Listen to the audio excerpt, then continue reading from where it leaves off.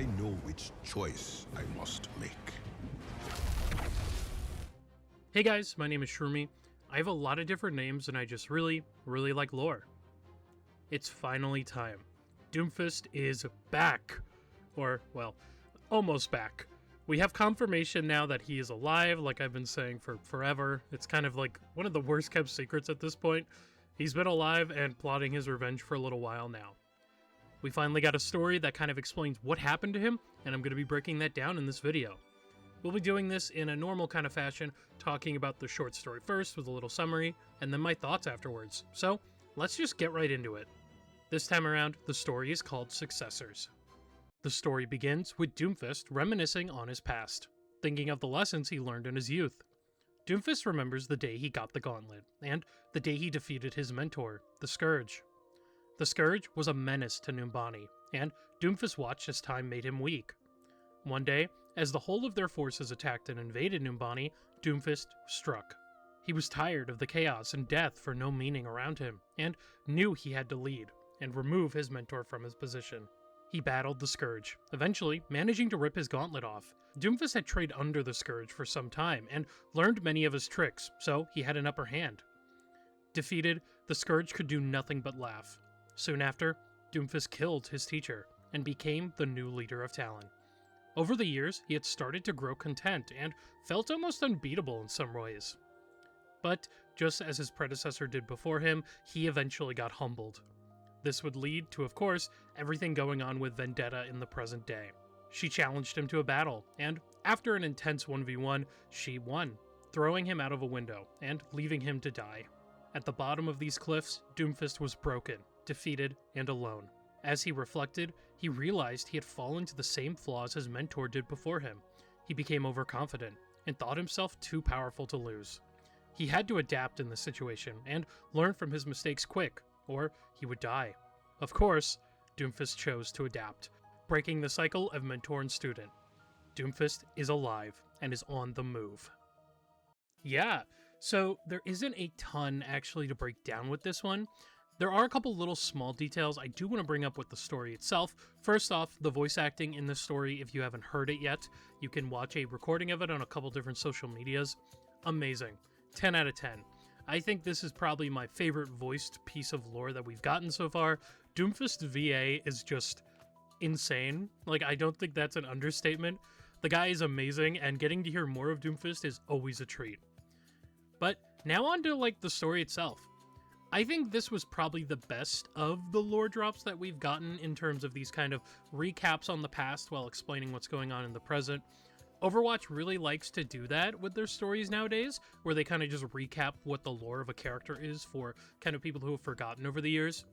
And that is kind of a flaw to this that I do want to talk about in a bit, but we'll be talking about that later. As for the rest of the story here, I thought it was pretty good. It did explain a couple little things with how Doomfist works in Talon, and of course the Scourge's relationship as well. So, in Overwatch Declassified, we do know that the Scourge, who was the Doomfist before our Doomfist, did in fact work with Talon. What we didn't know is that the Scourge was apparently the leader of Talon, or one of the leaders. In Declassified, we learned that Talon basically kind of hired the Scourge to become one of them, and then over time, they kind of rose in power. But in this story itself, it makes it sound like the Doomfist, or whoever's wielding the Doomfist, is in charge of Talon. This is probably just like an example of a situation, or kind of a, well, the leaders have always had the Doomfist moment, and this is kind of just how it is. But yeah, it's something I thought I'd bring up, especially because now Vendetta doesn't wield it, but she does have the Doomfist. Doomfist lost his gauntlet, just like the Scourge did before him. There's a lot of stuff that's trying to symbolize and tie these moments together as kind of like a master-to-student relationship. This does boost the idea that a lot of people have had with Vendetta as an example, that Doomfist will take her under his wing. Now, with this, I made an entire video about this in the past, but basically, Doomfist is probably going to see how Vendetta has a lot of really good pros and just a pretty decent goal in general with everything. Maybe he sees a lot of himself in her. After all, she did exactly what he would have done, and he fell to the same thing the Scourge did. So maybe there's going to be that kind of relationship grow between them, where it becomes a student and apprentice, or even allies and people who can see each other as peers. But that's kind of aside from the main story itself here. The other stuff here that I think is really neat is just getting Doomfist's perspective on how he grew complacent. Obviously, one of the biggest jokes in the community and over the years has been how Doomfist is in charge of Talon, but doesn't really do anything. This is kind of the narrative and the team's way of saying Doomfist is not going to be sitting around anymore. He's going to be getting involved, but where exactly could he go next, because he's obviously on the move? Well, there's a lot of different places he could go. The first of these is, of course, just reuniting with whatever's left of Talon. And what I mean by that is the Talon trio, Sombra, Widowmaker, and Reaper. These guys would make a great team for him to have, and they would kind of be the perfect little group to kind of form a counter Talon or new faction of Talon to kind of try to take back the mantle. However, I do kind of want to see Reaper and Widowmaker in particular go off on their own for a bit. I think both of them could have some really good character moments solo, so I almost don't want this to happen. But those are probably the characters that Doomfist could easily get back to his side right now. I've seen in the community a lot people bring up the Freaks. So yeah, bet you didn't expect that, because I had to look into this one myself. But a lot of people really want Doomfist to work with the Freaks, not only to bring the Freaks into the picture, but, well, they want the Freaks to help him make a new gauntlet, or in some way get him powered back up again. This is something I don't necessarily believe is going to happen, but it would be really cool, and would get Hazard involved in a way I didn't really expect. Hazard and the Freaks really do need something going on, so this would be pretty cool, but as of right now, I'm not really sure why Doomfist would specifically choose the Freaks of all factions. Maybe he'll try to work with them and kind of double-cross them later. The Freaks as a faction aren't really villainous, they're kind of fighting for what they believe in is right, and for that, I don't know if they'd work with Doomfist, but who knows. That part and that kind of storyline is something I would really like to see though.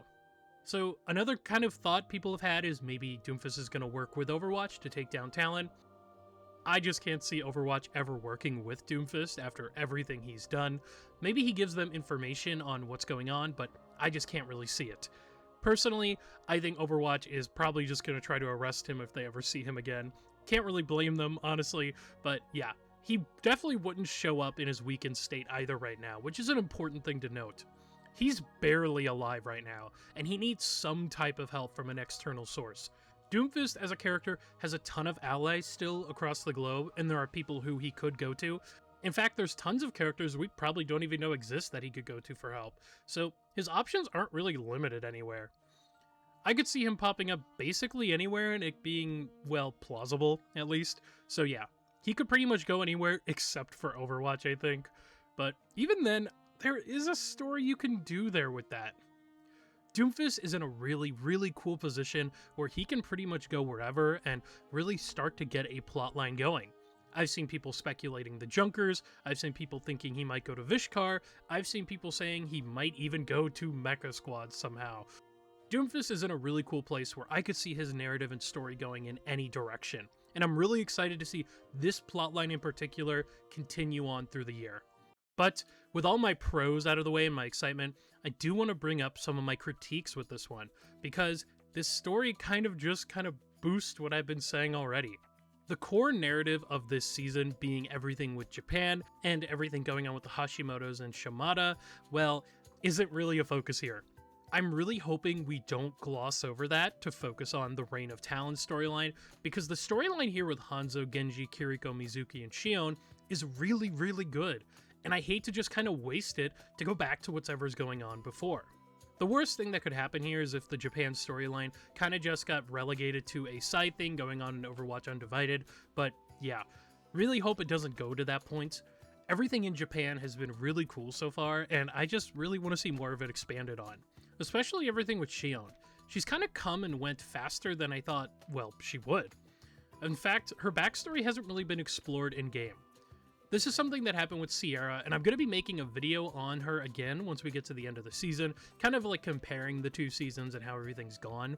But yeah, I am really worried about her place in the narrative, and I hope they don't forget about her just yet. She really deserves some more time to shine. My biggest critique with this was pretty much the placement of it. Feels kind of weird to just kind of jump back to it, or everything with Doomfist when we just got started in Japan, but especially because of the timeline and everything going on, I just hope we go back to everything going on elsewhere. It's good to get the confirmation that Doomfist is alive, but even then, I feel like it was kind of obvious. This could have happened at any point really this year, and I would have been like, yeah, that makes sense.